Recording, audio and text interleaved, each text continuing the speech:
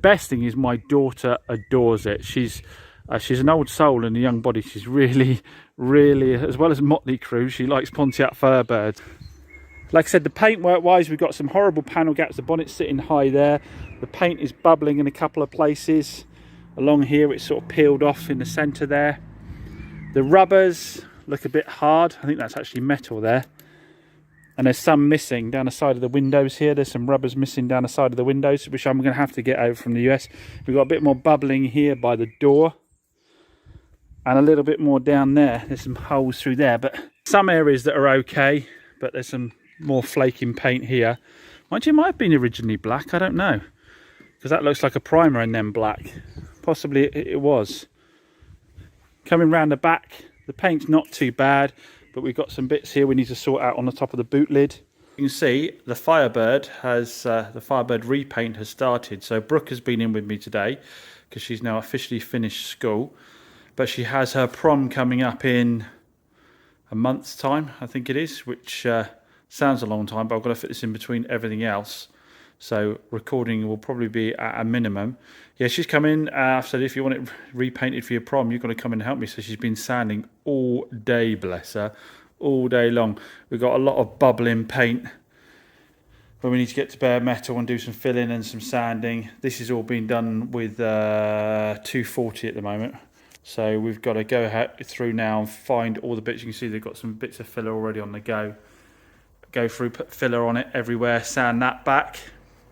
Fill again, sand it. You've got to let it settle. I'm going to let it settle for a couple of days of filler now. Then we've got to sand the whole thing up to probably about, I'd say 400 grit.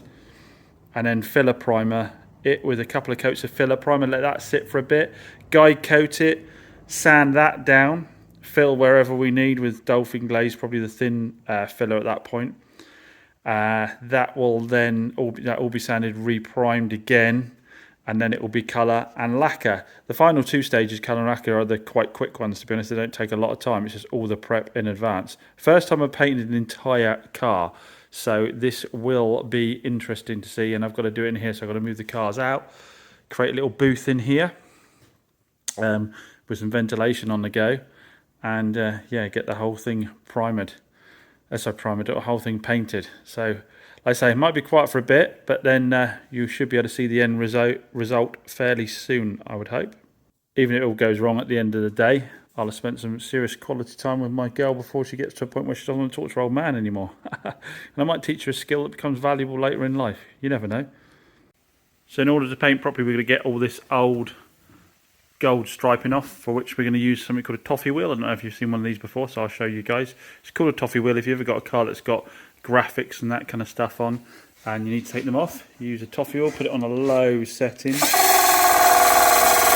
run it over the top, and it will take it off without damaging without damaging the paint if you tighten up your chuck well enough. So I've got to go around the car and do that in every area, but I'll do it bit by bit as I'm prepping the car. Boot is coming close now to getting some. We've got some Dolphin Glaze on there, which is a very thin filler you put on at the end, just in case you've got any pinholes. If you're very skilled, you don't need it, but I tend to put it on. So let's crack on. It's going to be quite a laborious job.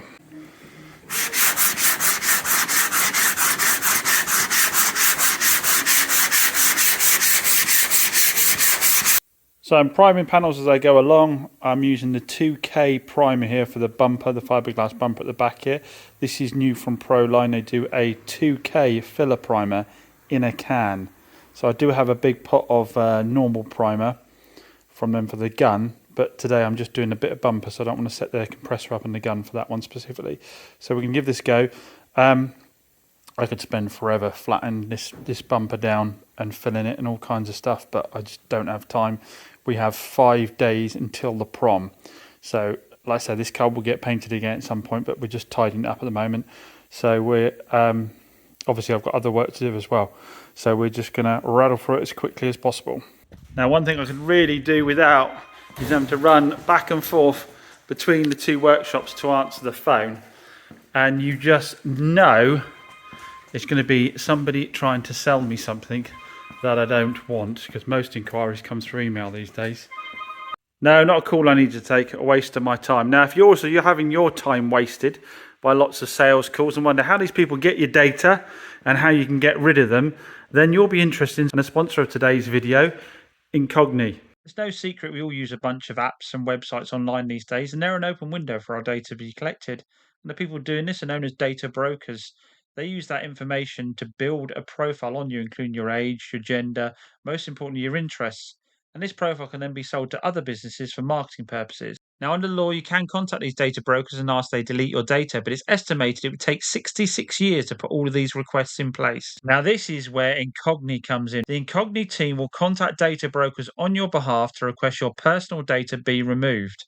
In order to get started and take back control of your personal data, you just need to follow my links in the video description down below, create an account, and then authorize Incogni to act on your behalf. You'll be able to follow the progress by logging into your account and seeing how many brokers have been contacted and how many have deleted your data. And the great news is you can now take back your personal data with Incogni with 60% off an annual plan when you use the code CHOPS.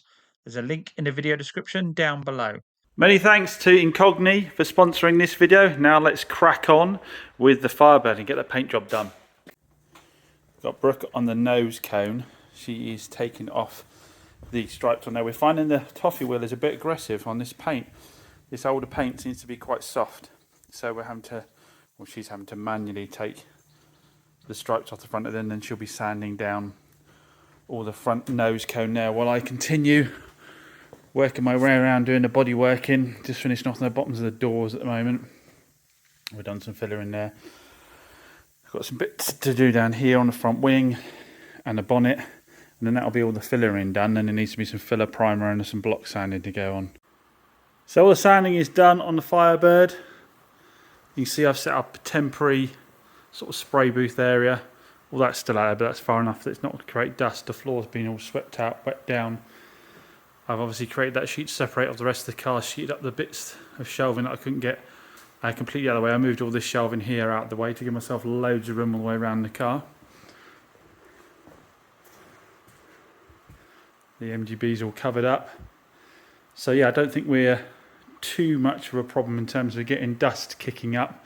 I think we're far away enough from everything else, realistically. I will have 2 fans blowing out the door there as well when I start spraying, but predictably it's raining at the moment. Got to go around, mask everything up. Just a final check of a few bits and bobs where I might need some etch primer. I'm putting what's called a bar coat on the car because there's so many different colours on it.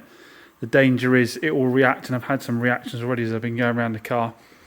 So we'll put a bar coat on it, then we'll put filler primer on, and then we have gone single stage with the paint. I was chatting to the guys down at Marlowe's Paint today, and they said, for the time frame you got, just stick a single stage on it, just go for it.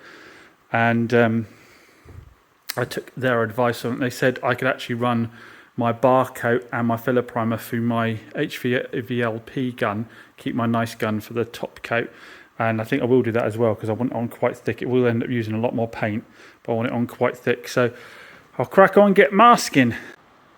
Right, that's the bar coat on. Just covered the whole car with that. So again, the bar coat's the stuff that stops it, the future coats reacting with the coats below. I use my HVLP gun, which I shouldn't assume people know what it is. That is basically a little electric gun with quite a large nozzle on it. These are really cracking little units. If you're not, it won't give you a good finish if you're looking for a really good finish. But if you're laying on paint, like fillers and so forth, I mean, these are normally used for garden fences. I think you can use them inside for your house on the wall. If you want to paint your walls that way after masking up, they're really good little things to have around. If you want to run something through it, you don't want to. I think the spray would have been too fine on my paint gun for it. This laid on really nice. The only problem is the hose popped off the back of it and left me with a squirt of paint just there. Not good. But then again, this isn't the final coat, and I'll be putting filler primer over the top and then sanding it all down. So that isn't the end of the world. That you can't really get an idea of how straight the bodywork is at the moment because this is a flat coat. It's got no shine to it at all. This would be the easy thing to repaint the car, and if I did the same thing in a black or a similar colour, flat without any gloss on it, it'd be a lot easier to get a nicer finish, because you haven't got the reflective surface to tell you where all your lumps and bumps are. But for the moment, it looks all right. Like I say, for the job we're doing, it looks all right. So where are we now? It is currently Monday evening. I have to have this ready for Thursday evening. I still have to do some retrimming on the inside. I still obviously have to fit the bits back on again. What else do I need to do? It needs a really good clean inside now because it's full of dust. And I've got to put that colour coat on. I'm going to stay tonight and get the filler primer on. I need to leave this half an hour before I do that, so that I can come in tomorrow morning after it's had a good chance to harden off. And then I can get cracking with block sanding that down. And then hopefully, that'll be Tuesday, Wednesday, I'll be in colour. And that'll give me a day if there's been reactions that I need to sort out. Still very tight window. Well, that's it for me. It's 10 minutes to midnight. I'm packing up and going home. We've put on 3 coats of filler primer. I have put on 3 coats of filler primer. So we'll see in the morning how that looks once it's dried out. Not as smooth as using a normal gun, but then again, I'm going to sand it all down anyway, so it's not the end of the world. Yeah, no major dramas.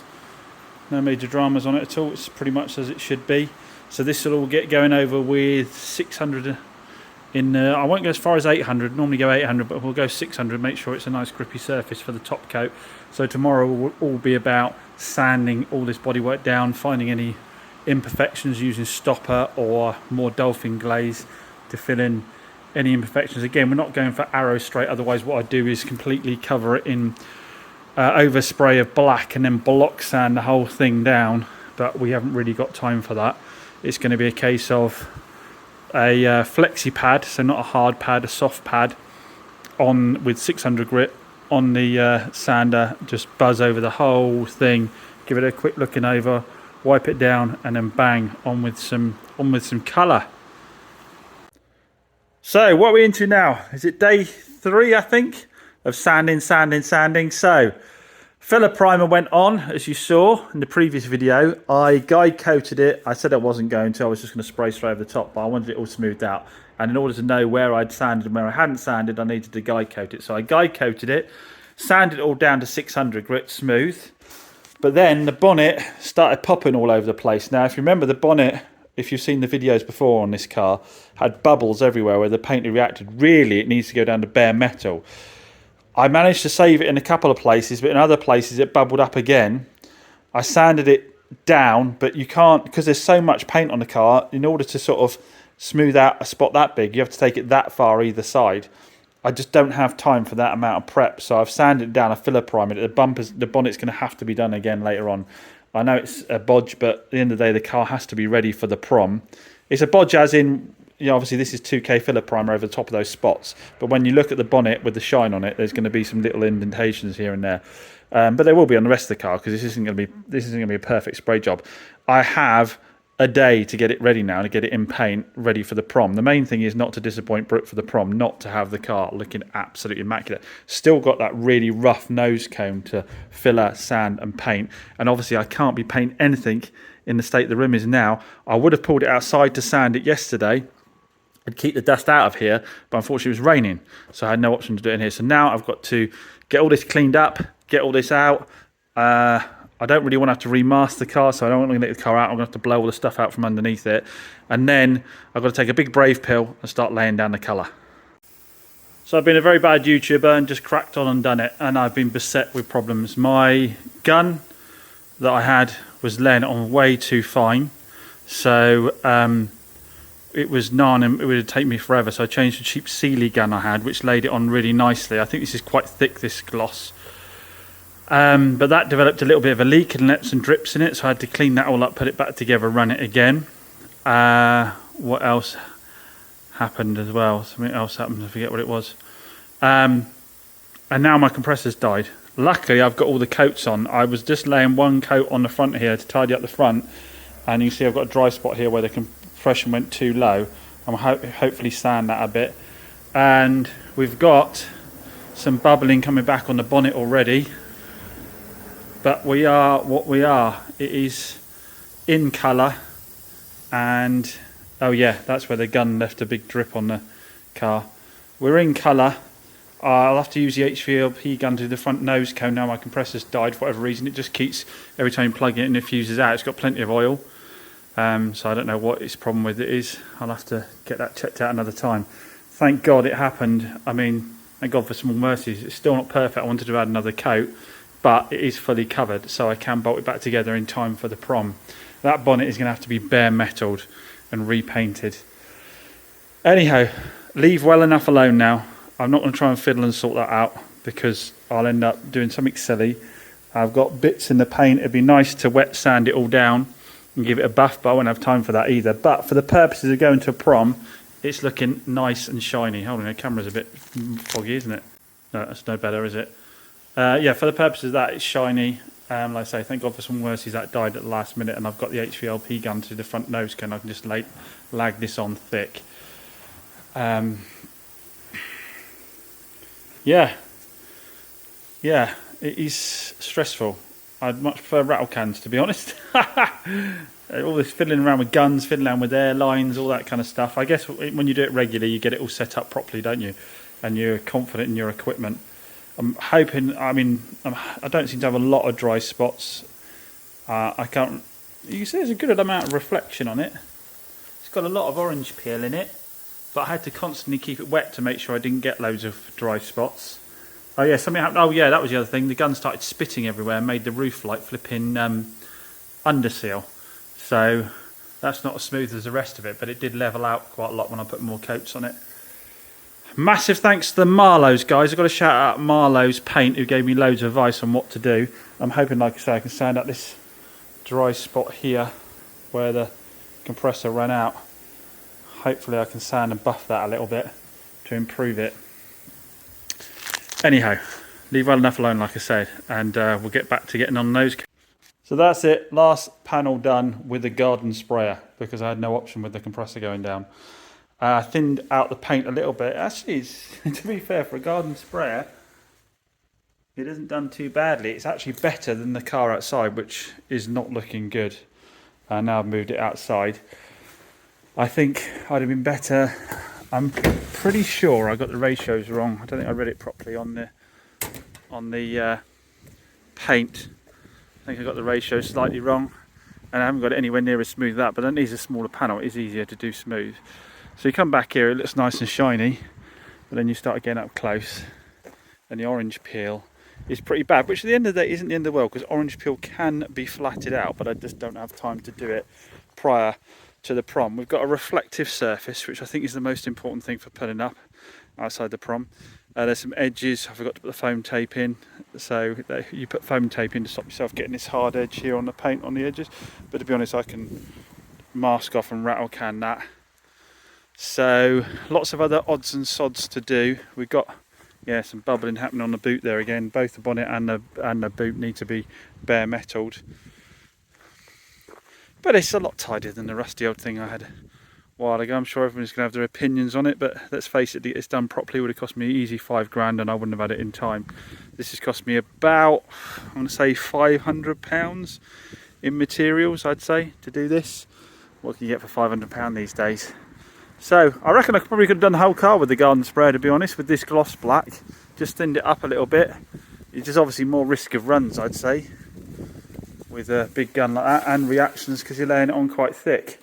And I can see straight away I've got a bit of sag on my nose cone already there. Oh dear, probably went a bit too thin on the thinners on that coat. Oh sorry, I'm pointing the wrong place.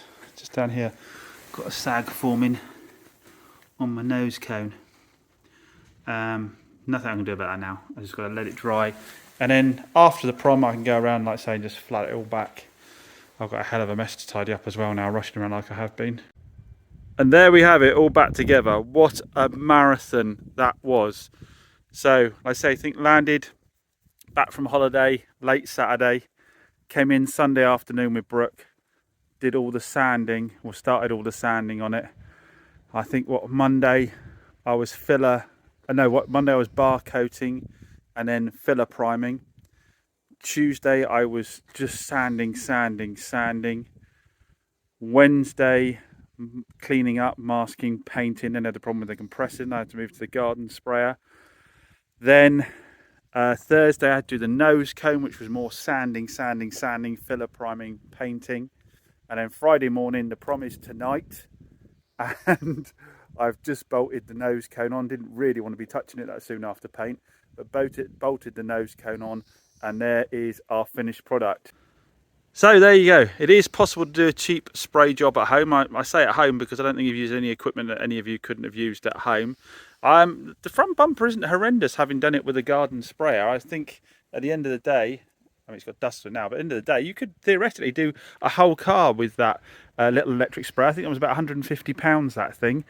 And it laid down things like the filler primer fine, and the bar coat. You could just thin down the black a little bit more and spray it on.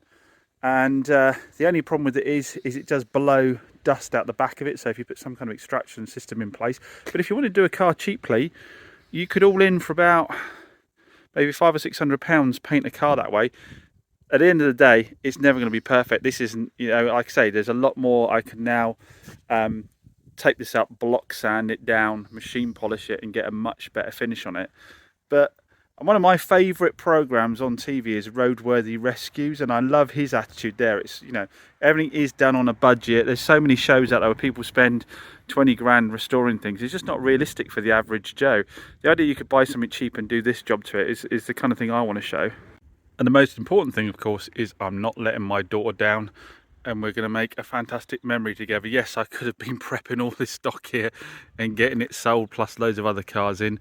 I've missed out on business, but you're never going to get on later in life and wish you'd sold one more car versus taking your daughter to a prom in the Trans Am you painted in 3 or 4 days. So I know that you didn't get to see a lot of the processes because I didn't have time to set up a camera and do the editing for that, but hopefully you still enjoyed the process. As always, massive thanks for watching, and I'll see you on the next one.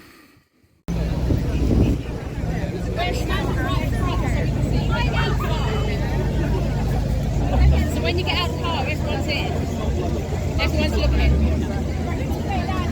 You'll be fine. And there's a professional photographer there.